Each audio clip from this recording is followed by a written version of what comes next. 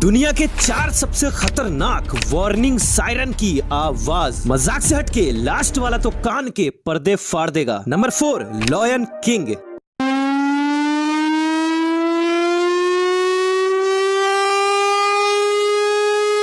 Number 3, modulator, और इसकी आवाज मुझे पर्सनली बहुत डरावनी लगी।